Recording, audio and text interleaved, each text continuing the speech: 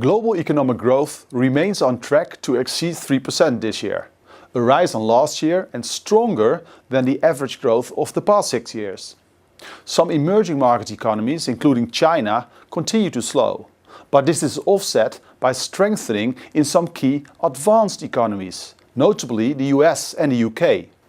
The crisis in the Ukraine and the sanctions imposed on Russia have not yet had any meaningful impact on global activity.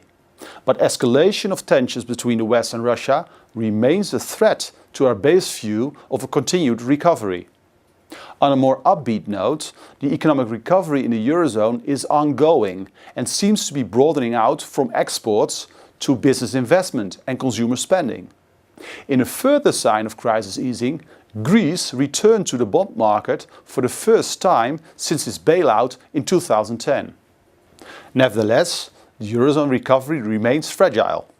Economic growth is still too slow to generate enough jobs to make a serious dent in unemployment.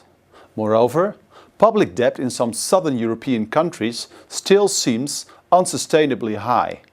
And the backdrop of low inflation makes it more difficult for these countries to reduce their debt burden. To bring inflation back up, the ECB probably has to take further easing measures. The introduction of negative interest rates on bank deposits with the central bank might well be one of them.